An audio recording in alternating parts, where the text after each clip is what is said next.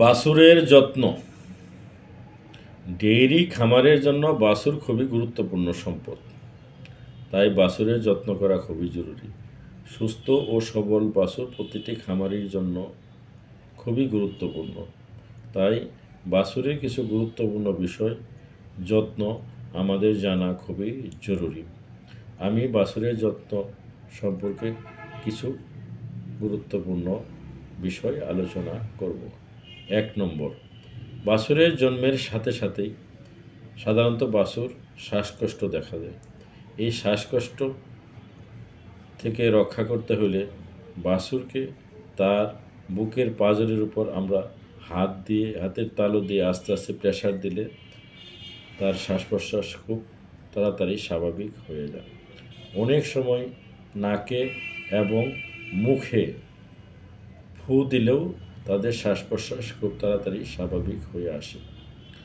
2 নম্বর, বাছুরের জন্মের পরপরই বাছুরের মুখের ভিতরে কিছু আঠালো জাতীয় মিউকাস পদার্থ থাকে। এই মিউকাস পদার্থ শ্বাসনালীতে ঢুকে অ্যাসপিরেশন নিউমোনিয়া তৈরি করতে পারে। তাই সেই সমস্ত আঠালো পদার্থগুলো পরিষ্কার কাপড় দিয়ে পরিষ্কার করতে হবে।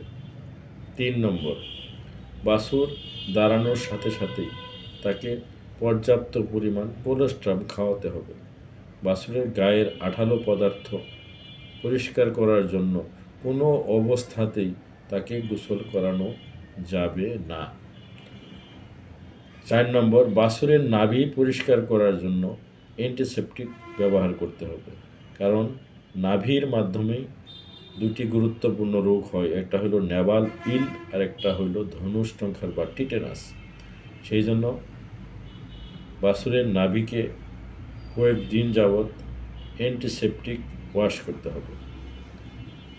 5 নম্বর, গ্রামাঞ্চলে বাছুর জন্মের পরপরই বাছুরের খুরের যে সাদা অংশ অতিরিক্ত আছে সেগুলো কাটার জন্য গ্রামের কিছু কিছু মানুষ উদগ্রীব হয়ে যায়। সেগুলো কোনো অবস্থাতেই কাটার দরকার নেই। 6 নম্বর, বাছুর জন্মের 7 থেকে 21 দিনের মধ্যেই প্রথম কৃমিনাশক ওষুধ খাওয়াতে হবে।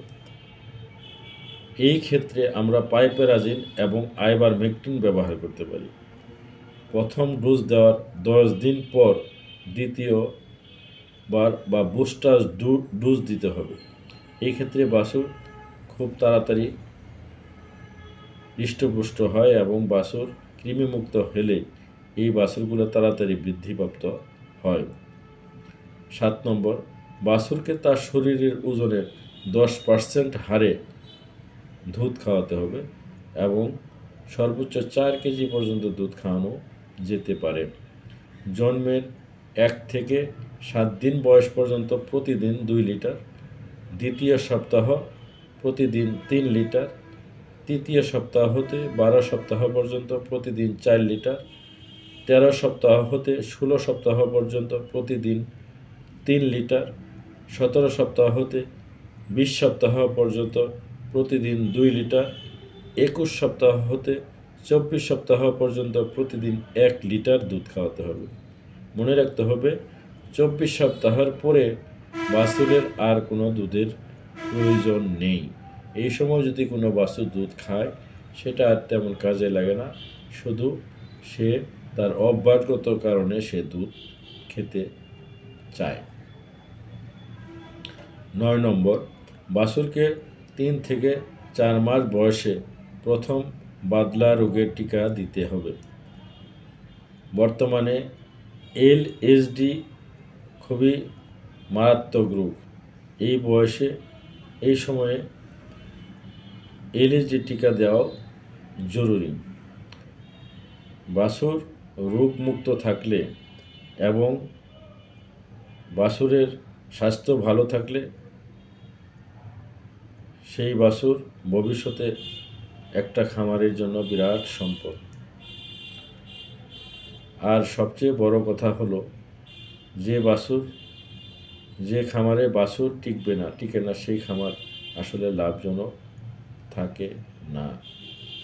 সুতরাং বাছুরকে সুস্থ সবল রাখতে হলে এই বিষয়গুলোর দিকে আমাদের নজর দিতে হবে।